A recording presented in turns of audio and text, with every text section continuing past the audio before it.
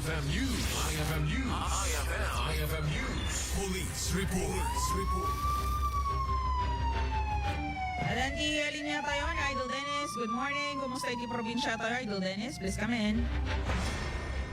Yes, good morning, Idol Joanne Nakalarto. Dito yung kaming iti PNP, iti nagapatnag.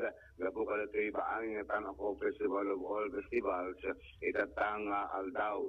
Iti pa rabi ket nakatutok iti Sibugula Prosa Kapulisan, iti sa probinsya. Kada ito panipahid seguridad iti venue. Hasta meten iti seguridad dito performer itatang Aldaw. Iti ilang rabi ket nakapeston iti kamkaming tilawag pulis. Kada yung duba tatang nagturungan, biletan dagitay performer iti tanok ni Ilocano Idol Joan. Imbita nga bigat kas na nakamag iti provincial na kumad may kan iti seguridad amin kata na participants iti tanok ni Ilocano. Expectaren ti PNP matunto dito mo agbuya ito na rabi iti mismo nga Marcos Stadium iti sirat iti Lawaga. Iti trapiko, expectarimet iti PNP Traffic Division nga iti panakapektar na. Gabot adun iti nagsangpet na participants iti tanok manipon dumangin ili iti probinsya ti Ilocos Norte. Dimawat iti panakaawat ti pulisya iti publiko kada ito'y panakalik na iti trapiko. Gabot adun iti luglugan ng parking iti mismo na bypass road iti asirat iti Lawaga. Iti talon daw ang Joan adun iti buses, trucks na nakaparking iti bypass road iti Lawaga City nga dito iti contingent mani pag dumangin ili iti probinsya ti Ilocos Norte. Iti nagpatnag na may bilang abispol agabot awan ti untoward incident nga ipadanon itanga Aldaw itanga oras mani po ti pitok iti provincial command.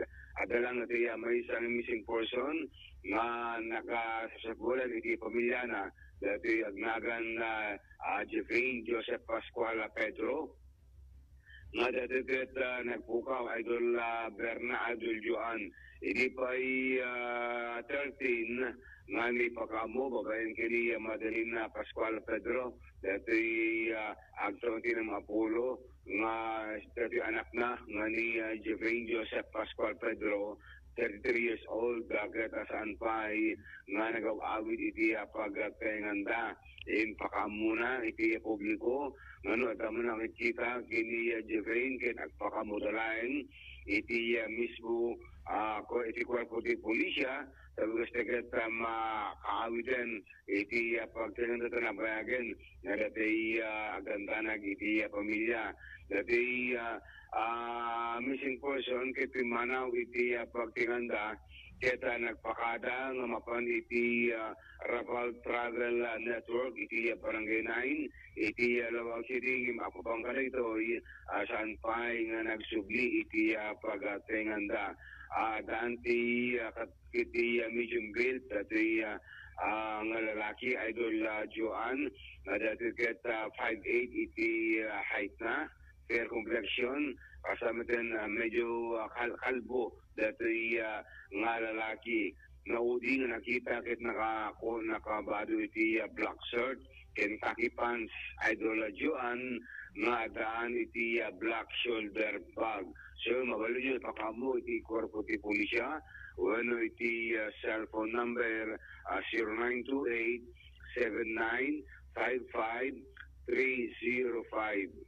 0928-795-5305 iti mabadyo nga mapakipakaman nung kita yung dito yung lalaki nga nagpukaw sampai nagawid iti pagtinandat duwan Aldaw iti napalabas. Dahil ito lang, ito na Joan, iti kasama ko ta nga namalit iti Police Journal iti Kwarpo ti Pulisya.